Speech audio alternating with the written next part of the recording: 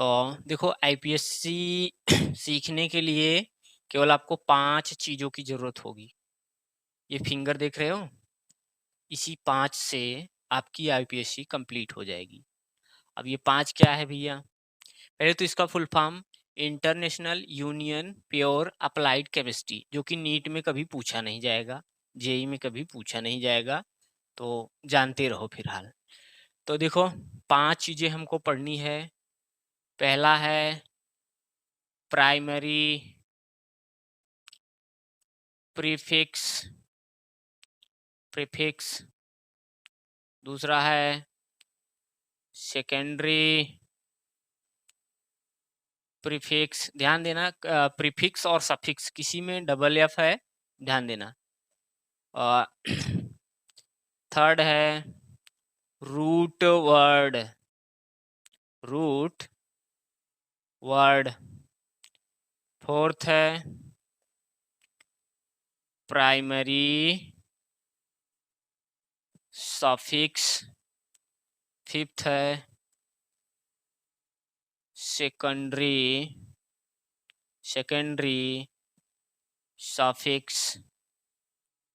ये 5 चीज़ें अगर आपको समझ में आ गई हमसे, तो समझ लो कि आपकी आईयूपीएससी कंप्लीट हो गई, और जिसमें से एक क्वेश्चन तो फिक्स है।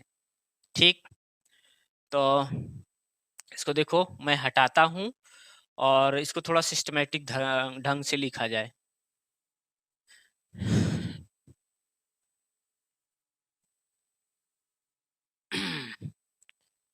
तो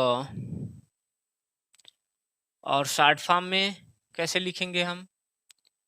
primary prefix plus secondary prefix plus root word plus primary suffix plus secondary suffix. ठीक, अब देखो भैया, बस आपको इतना ही आ, समझना है।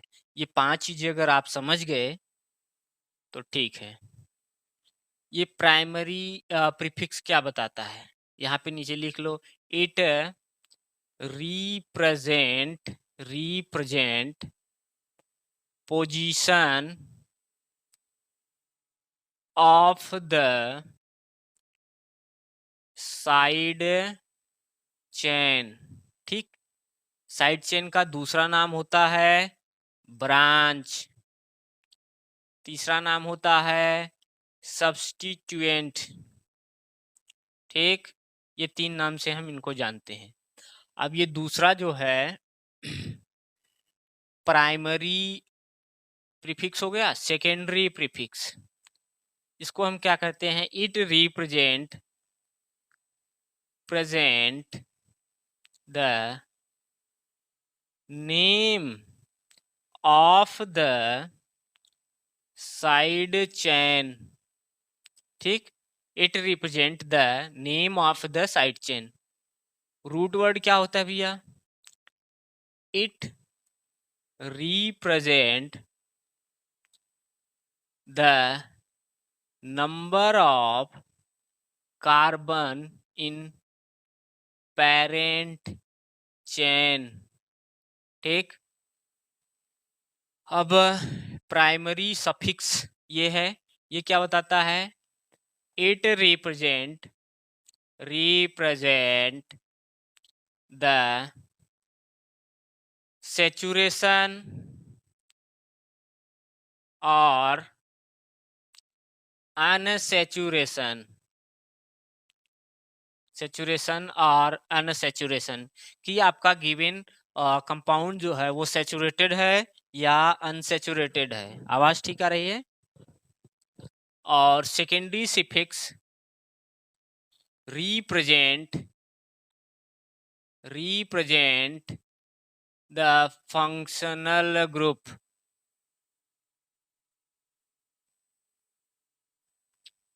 ठीक, वीडियो को पॉज करके इसको साफ साफ लिख लो। उसके बाद में अब हम एक एक को बताते हैं। तो सबसे पहला हम रूट वर्ड पढ़ेंगे, फिर ये वगैरह वगैरह। वीडियो को पॉज किया जाए और नोट किया जाए। ठीक।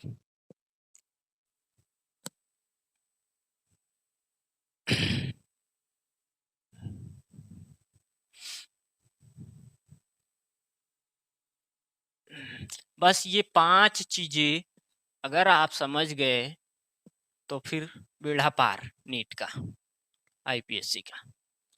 हाँ, तो सबसे पहली हेडिंग इसमें हम पढ़ेंगे रूट वर्ड।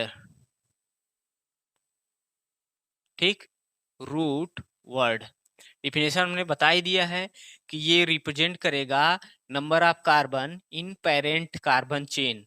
तो हम मानते हैं कि उस कार्बन चेन में कितने कार्बन होंगे। ठीक, तो अगर एक कार्बन होगा तो उसका नाम बोला जाता है मेथ, यही आपको याद करना है।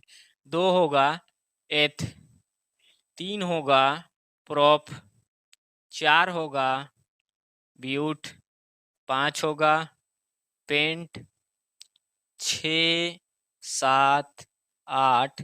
देखो ये हमने इसके नीचे 2 लिखा है, मतलब 2 कार्बन होंगे, 3 कार्बन ऐसे होंगे, ये 4 लिखा है तो ये।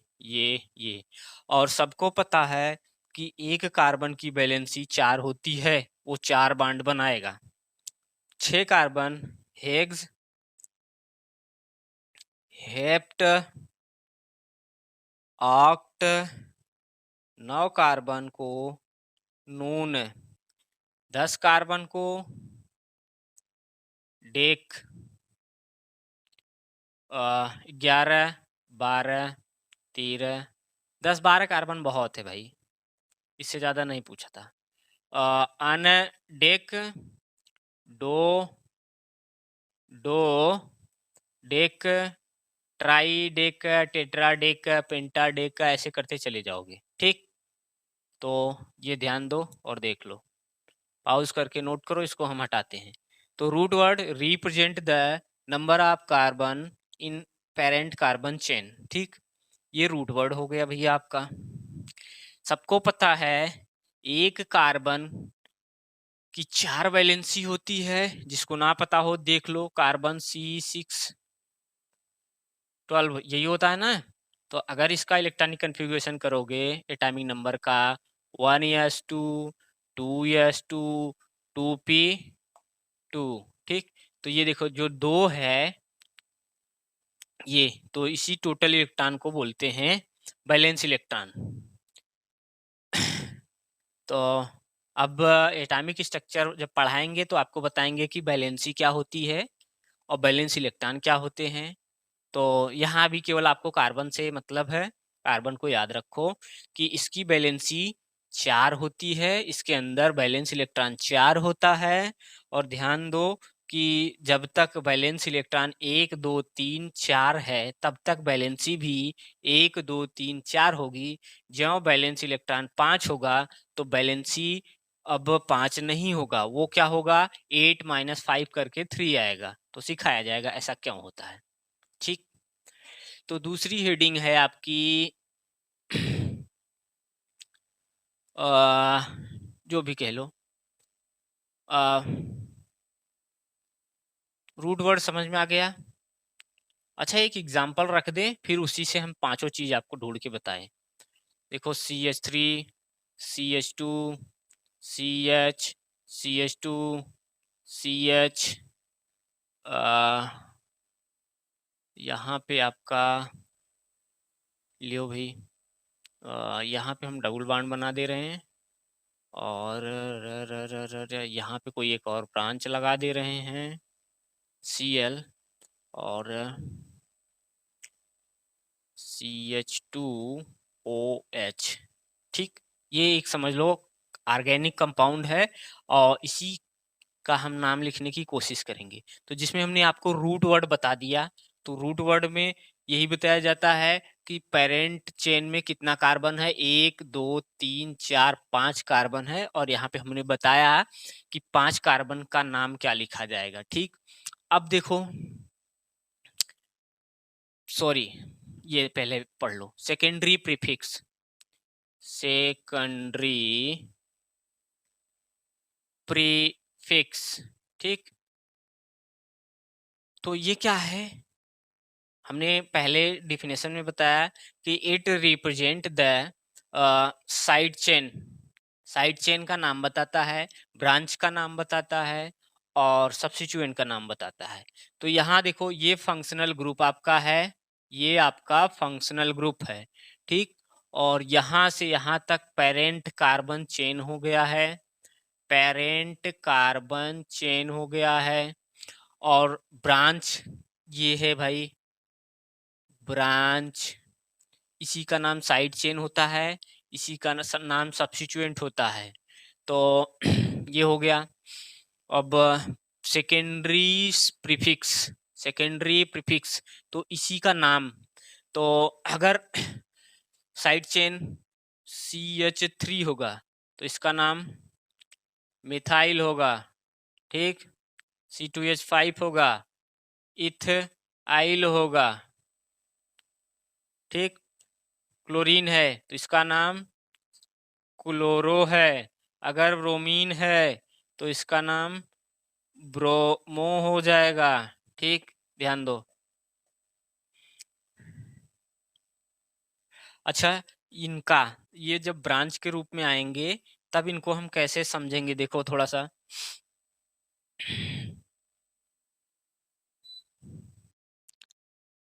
ना, एल्केन में से अगर आप एक हाइड्रोजन निकाल दोगे, एल्केन में से आप एक हाइड्रोजन निकाल दोगे तो जो बनेगा वो क्या बनेगा? एल्काइल, एल्काइल बन जाएगा। तो वही देखो, एक ये CH4 था, मेथेन था, एक हाइड्रोजन निकाला गया, मिथाइल हो गया। ये C2H5 इथेन था, इथाइल हो गया। कितने भी कार्बन का चेन हो, एल्केन हो, उसमें से एक निकाल दोगे तो आइल लग जाएगा, तो एल्काइल हो गया, ठीक। यही आपको ध्यान देना है। क्लोरो, ब्रोमो, फ्लोरो, कोई भी साइड चेन होगा, आगे प्रैक्टिस हम कराएंगे तो आपको समझ में आ जाएगा। सेकेंडरी प्रीफिक्स हो गया।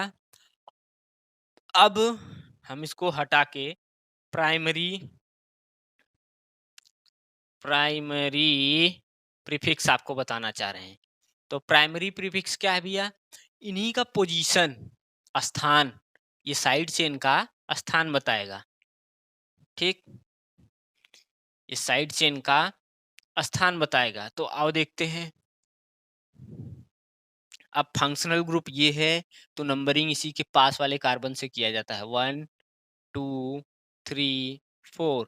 तो बस प्राइमरी प्रीफिक्स हमने जैसा कि आपको बताया है कि पोजीशन बताता है, तो पोजीशन बता दिया कि भाई ये 4 पे हैं, ठीक। ये हो गया। अब ये हो गया। अगला ये हम बताना चाह रहे हैं, प्राइमरी सफिक्स, प्राइमरी सफिक्स, ठीक। प्राइमरी सफिक्स रिप्रेजेंट क्या, सेचुरेटेड है या अनसेचुरेटेड है? तो यहाँ पे तो भाई आपका अनसेचुरेटेड है,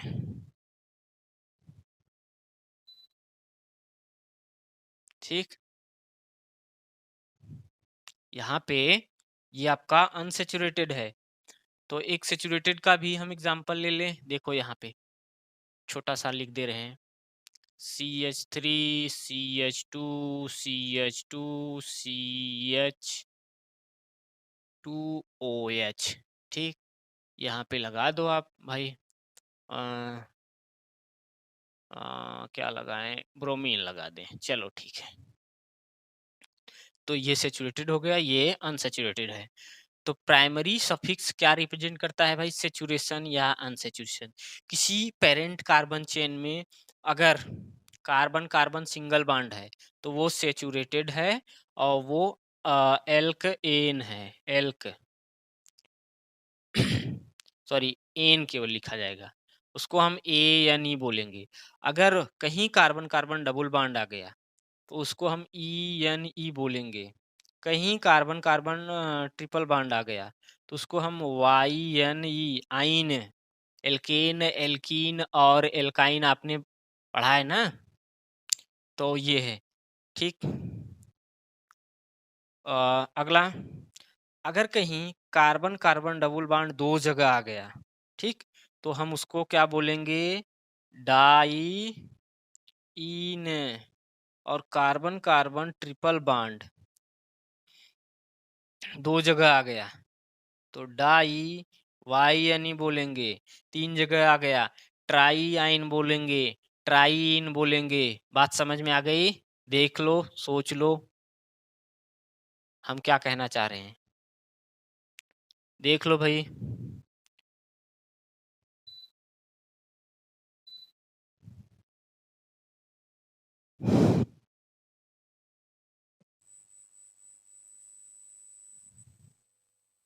देखो और बताओ, वीडियो को पॉज करके नोट कर लो।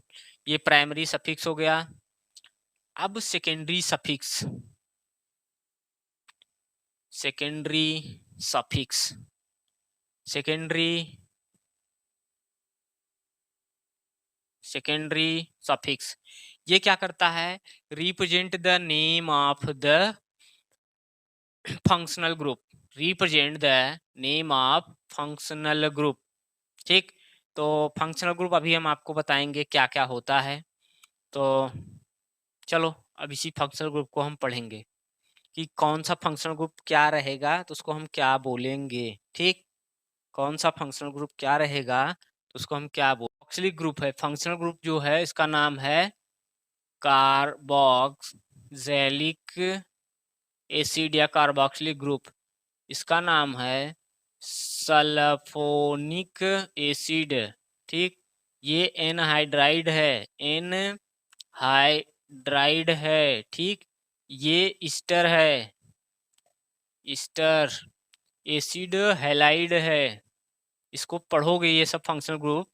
एसिड हैलाइड है इसका, ये एमाइड है, ये साइनाइड ही है, isocyanide, isocyanide, aldehyde, aldehyde, ketone, ketone, alcohol, alcohol और थायो एल्कोहल, थायो एसएच जो होता है वो थायो होता है, थायो एल्कोहल। ठीक, और एमीन NH2। देखो ये तो फंक्शनल ग्रुप हैं, उनका ये नाम जो हम डेली लाइफ में बुलाते हैं। फिर IUPAC लिखते समय हम अगर इनमें से किसी को साइड चेन जब मानेंगे तब हम प्रीफिक्स लिखते हैं। ठीक, तो ये लिखेंगे, अभी हम बताते हैं। प्रीफिक्स क्या लिखते हैं कार्बोक्सिलिक का? कार्बोक्सी, कार्बोक्सिलिक एसिड नाम है, उसी नाम से लिया गया है कार्बोक्सी। सल्फोनिक एसिड नाम है इसका, उसी के नाम से लिया गया है सल्फो। ये एनहाइड्राइड है और इसी के नाम से एनहाइड्राइड है। ईस्टर है, ईस्टर के जो है एल्कोक्सी कार्बोनिल बोलते हैं। क्यों बोलते हैं भैया? देखो इतना पार्ट ईथर है, इतना पार्ट ईथर है, इतना पार्ट कार्बोनिल है, तो इन्हीं को जोड़ के एल्कोक्सी, जो ईथर है उसको एल्कोक्सी हम वहां बोलते हैं, तो ईथर को एल्कोक्सी और फिर कार्बोनिल को कार्बोनिल बोला गया।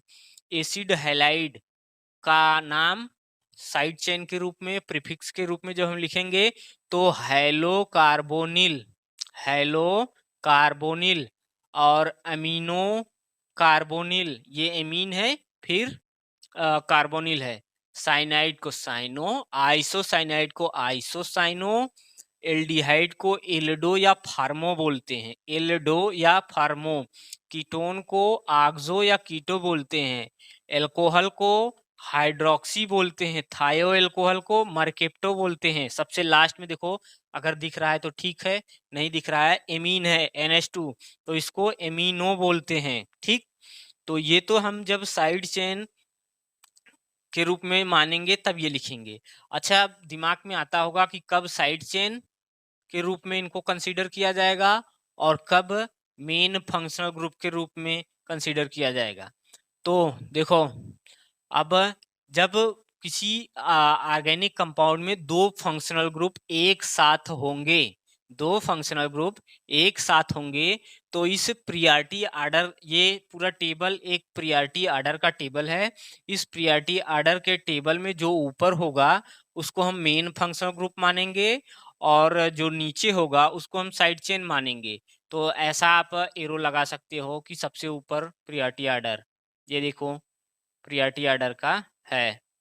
बोर्ड थोड़ा छोटा है यार, ठीक, ऐसे ऐसे। तो जो ऊपर होगा, अब आपको ये याद रखना है कि प्रियॉरिटी आर्डर के टेबल में जो ऊपर है वो फंक्शनल ग्रुप के रूप में मान लिया जाएगा। बाकी के नीचे के चाहे जितने लोग होंगे उनको हम साइड चेन या ब्रांच के रूप में मानेंगे। तो जब ब्रांच के रूप में मानेंगे तो ये वाला प्रीफिक्स हम लिखेंगे।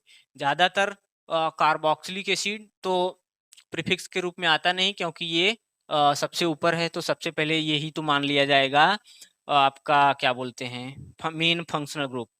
अब जब मेन फंक्शनल ग्रुप के रूप में इनको हम लिखना होगा तो क्या, कार्बोक्सिलिक को ओइक एसिड बोला जाता है, ध्यान दो, ओइक एसिड, OIC फिर एसिड है। सल्फोनिक एसिड जो है उसको सल्फोनिक एसिड बोला जाता है। एनहाइड्राइड को ओइक एनहाइड्राइड बोला जाता है, ओइक एनहाइड्राइड बोला जाता है। अब ईस्टर को देखो एल्काइल ओएट, एल्काइल ओएट बोला जाता है, लिखा जाता है, ठीक। एसिड हैलाइड को COX, एक्स की जगह फ्लोरीन, क्लोरीन, ब्रोमीन, आयोडीन जो भी हो, तो एसिड हैलाइड को हैलो कार्बोनिल जो प्रीफिक्स है और ऑयल हैलाइड सफिक्स के रूप में बोला जाएगा। एमाइड को एमाइड ही बोलते हैं, साइनाइड को साइनाइड ही बोलते हैं, आइसोसाइनाइड को आइसोसाइनाइड ही मेन फंक्शनल ग्रुप में बोलते हैं। एल्डिहाइड को एल बोलते हैं, अल। कीटोन को ओ यानी ओन, एल्कोहल को ओ एल, अल अल ओ एल, ठीक। और थायो एल्कोहल को थायो ऑल या ऑल, इसको भी पढ़ो। एमीन को एमीन ही बोलते हैं, ठीक। और ईथर है ये ROR, यहाँ कोई भी कार्बन चेन लगा होगा तो ROR हो गया। अब देखो जो 11th के बच्चे हैं उनको ये क्या बोलते हैं फंक्शनल ग्रुप थोड़ा सा याद करना होगा कि हाँ ये फंक्शनल ग्रुप ये है, बस इतने से काम हो जाएगा, इससे ज्यादा फंक्शनल ग्रुप नहीं यूज होगा, ठीक। तो ये आपका ईथर है, ये इपॉक्साइड है, इपॉक्सी बोलते हैं, दिख रहा है, ना दिखे तो सुन के लिख लो। ये एल्कॉक्सी है, प्रीफिक्स है, इपॉक्सी इपॉक्साइड है। एल्कीन है, एल्काइन है, डबल नाइट्रोजन N2, सही फॉर्म में ऐसा कुछ होगा, N डबल बॉन्ड N, ठीक।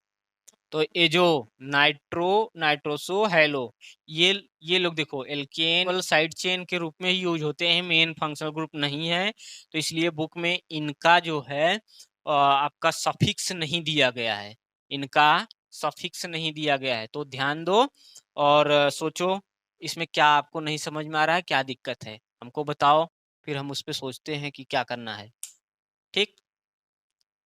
तो सोच लो, वीडियो पॉज करके या बैक करके फिर से एक बार देख लेना जिसको ना समझ में आए। बस ये टेबल आप ध्यान दो, याद कर लो, और इसी टेबल से पूरा IPSC हो जाएगा। अच्छा अब ये देखो थोड़ा सा हम इनको इलाबोरेट करके यहाँ लिखेंगे, इसको हम हटा रहे हैं, वीडियो पॉज करके देख लो। फिर से मैं बोल दूं, carboxy sulpho anhydride alkoxy halocarbonyl amino cyano isocyano aldehyde को एल्डो या फार्मो, ऑक्सो या keto, hydroxy, mercapto, amino. Suffix जब मेन फंक्शनल ग्रुप लिखेंगे तो ये याद होना चाहिए कि एल्कोहल को ऑल बोलते हैं, एल्डिहाइड को अल बोलते हैं, कीटोन को ओन बोलते हैं, थायो एल्कोहल को थायो आल बोलते हैं, अमीनो को एमीन बोलते हैं, ठीक। मैं हटा रहा हूं इसको।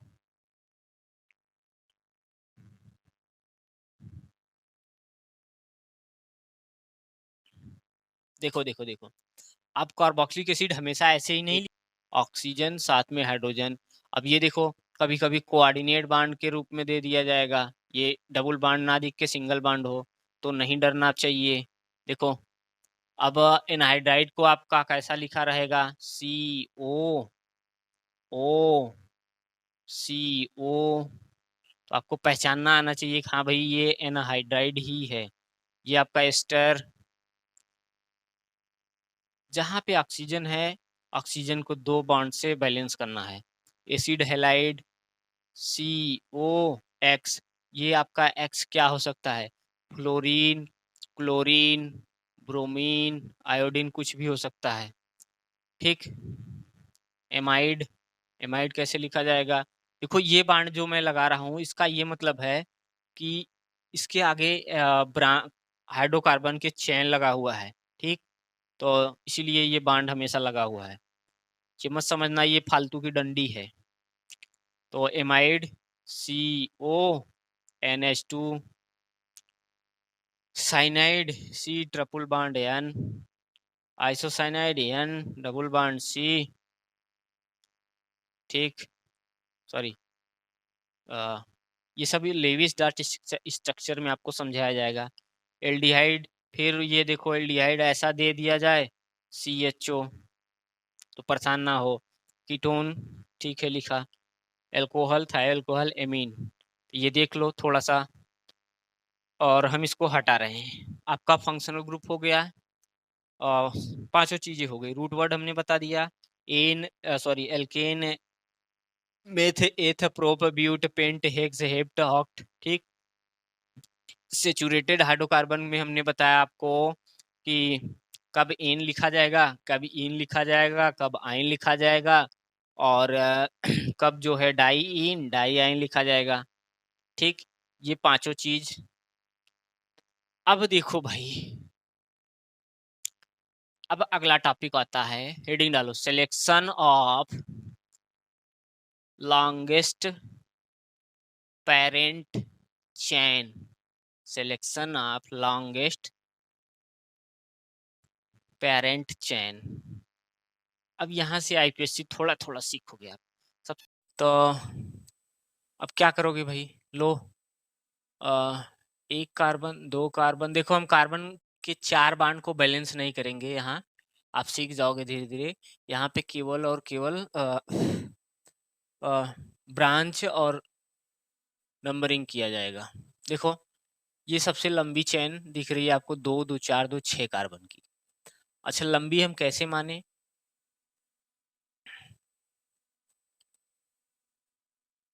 ठीक, अब थोड़ा देखो,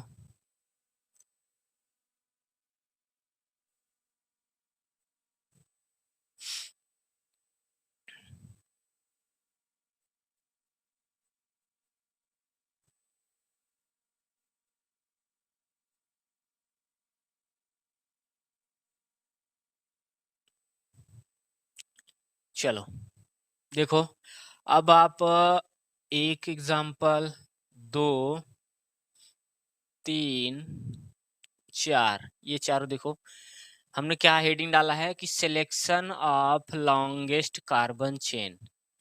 तो यहाँ पे तो आपको कोई दिक्कत नहीं है भाई, सीधा यहाँ से सेलेक्ट कर लोगे कि यही सबसे लंबी दिख रही है। ठीक, चाहे यहाँ से यहाँ, चाहे यहाँ से यहाँ। अब यहाँ पे क्या है कि आप ये वाला तो 3 कार्बन का चेन होगा, इसलिए हम इसको नहीं चुनेंगे। और लेकिन ये देखो 1 2 3 4, 1 2 3 4, अभी नंबरिंग करना होगा तो बताएंगे। अब यहाँ पे तो कोई भी एक सिलेक्शन करो, वो 3 ही कार्बन का आएगा। ठीक, वो देखो कैसे चुनोगे कि आप सबसे लंबी चेन मिल जाए। देखो यहाँ से जाओ, ये अगर ये चुनोगे केवल, तो ये लंबी नहीं है, ये लंबी नहीं है। और ये चुनोगे 1 2 3 4 5 6 7 8 9 कार्बन की है। ये सॉरी, ये देख रहे हो ना, ये 9 कार्बन की। और देखो भाई,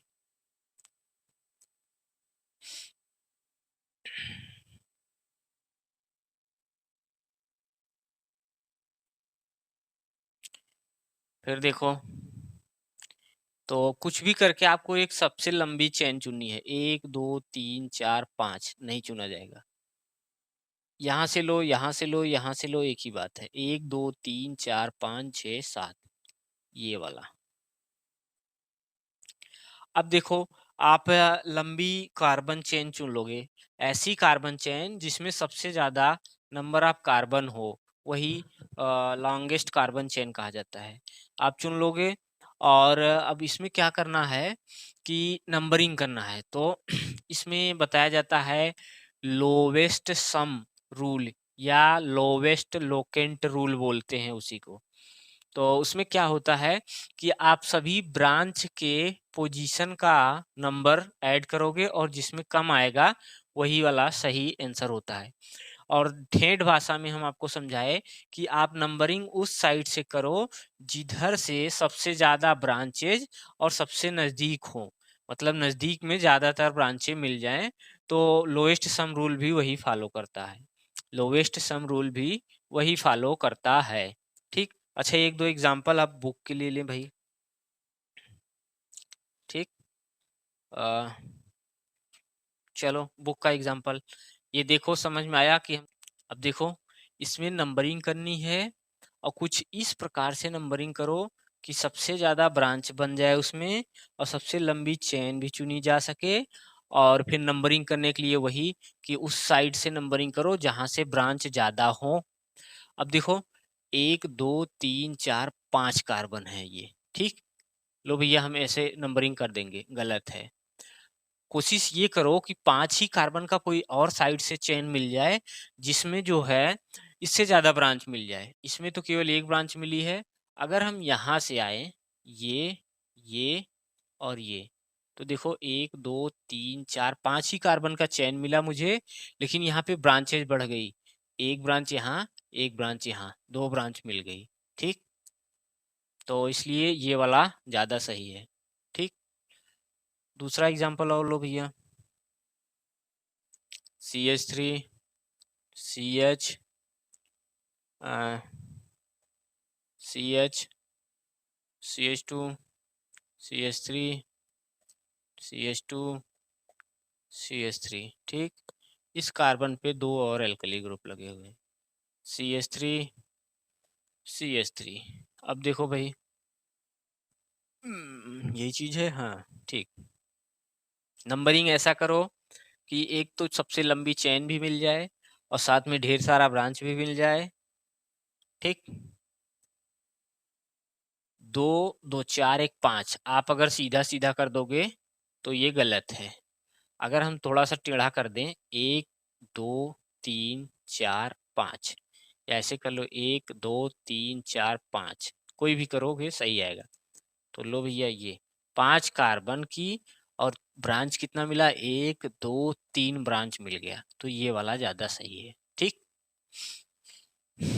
बात समझ में आ गई होगी आपको हम क्या कहना चाह रहे हैं कि आपको चेन उस टाइप का चुनना है जहां पे ज्यादा से ज्यादा ब्रांच मिले और लंबी चेन भी हो जाए। अगर देखो ध्यान में, अगर कहीं नेक्स्ट एग्जांपल है,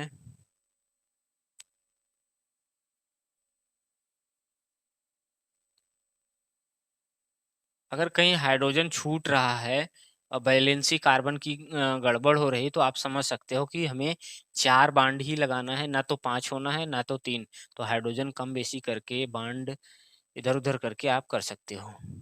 यहाँ पे एक CH3 लगा हुआ है, यहाँ पे क्या लगा है भैया, CH2 CH3। अभी देखो हटाना होगा एक आध ठो, और फिर CH3 CH3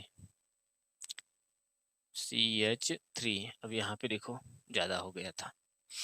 ठीक। अब देखो आपको कुछ ऐसा करना है कि एक तो लंबी चेन भी मिल जाए, दूसरे ज़्यादा से ज़्यादा ब्रांच मिल जाए। 1 2 3 4 5 गलत है, 1 2 3 4 गलत है, 3 4 5 6, देखो 6 ऐसे मिल जा रहा है। अब क्या ऐसे 6 से ज़्यादा मिल रहा है क्या, 2 2 4 2 6, ये वाला ज़्यादा सही है। क्यों कि भाई ये 6 कार्बन की चेन मिली। ठीक। और कितने ब्रांच हैं, 1 ब्रांच 2 ब्रांच 3 ब्रांच, ये गलत है। आपको ये वाला ज़्यादा सही है, ये वाला यूं यूं यूं यूं यूं यूं यूं यूं। देखो ये अगर हम सेलेक्ट करोगे तो आपको 6 ही कार्बन, 2 2 4 2 6 ही कार्बन की चेन मिल जा रही है। 1 2 3 4 ब्रांच मिल जा रहा है। अब नंबरिंग किधर से करोगे? उधर से करो जिधर से ज्यादा ब्रांच आ जाए पास में। 1 2 देखो किधर से करोगे? इधर से मेरे हिसाब से 1 2 3 4 5 6। अब लोवेस्ट सम रूल क्या कह रहा है कि इस वाले ब्रांच का पोजीशन 2 प्लस 3 प्लस 4 सबका ऐसे पोजीशन ऐड कर लो, कितना आएगा?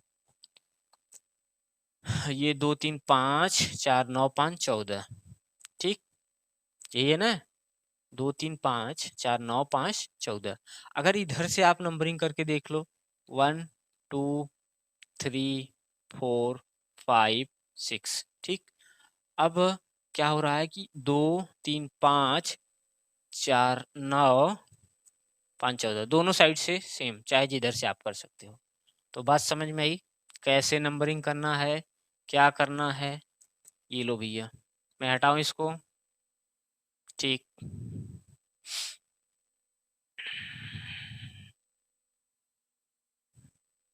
अब डिजिटल बोर्ड की कमी महसूस हो रही है भाई। चलो, तो यही था, ये लोवेस्ट सम रूल या लोवेस्ट लोकेंट रूल क्या बताता है कि आप नंबरिंग उस साइड से करो जिधर से सभी ब्रांच के पोजीशन को जोड़ने पर कम नंबर आए, सभी ब्रांच के पोजीशन को जोड़ने पर कम नंबर आए। तो यही लोवेस्ट सम रूल कहा जाता है या लोवेस्ट लोकेंट रूल, जो भी कह लो। और हम तो ये यूज नहीं करते हैं, सीधा ये यूज करते हैं कि भाई हम नंबरिंग उस साइड से करेंगे जिधर से ब्रांच हमें नजदीक में मिल जाए और ज्यादातर ब्रांच मिल जाए, तो ये करते हैं हम, ठीक। अगला एग्जांपल देखो भाई, आओ अब इसको नंबरिंग करो भाई। 1 2 3, 3 पे आया C2H5, 1 2 3 पे आया CH3। देखो अच्छा, अब क्या करोगे? सोच के बताओ। करना कुछ नहीं है, आप या तो लोवेस्ट सम यहाँ से देखो, 3 पे आया फिर 4 पे आ गया, 3 पे आया फिर 4 पे आ गया। तो ये अब देखो अगर ऐसा कंडीशन आ जा रहा है कि हर दोनों साइड से सेम पोजीशन है, तो फिर हम अल्फाबेटिकल ऑर्डर फॉलो करेंगे। ये इथाइल होता है, ठीक, और ये लोग ये मिथाइल है, मिथाइल। तो जो अल्फाबेटिकल ऑर्डर में पहले आएगा उसका नाम उसी साइड से होगा और नाम भी उसी का पहले लिखा जाएगा। 1 2 3 4 5 6 7, ठीक। तो नंबरिंग हम ऐसे करके ब्रांच ऐसे चुनेंगे, नंबरिंग 1 2 3 4 5 6 7, ठीक। अच्छा ये बताओ इधर से करने पे क्या ज्यादा आ जा रहा है? 1 2 3 4 5 6 7, कोई दिक्कत नहीं, वही है। तो ये हुआ नंबरिंग, ठीक। देख लो भाई नंबरिंग कैसे होता है, क्या होता है।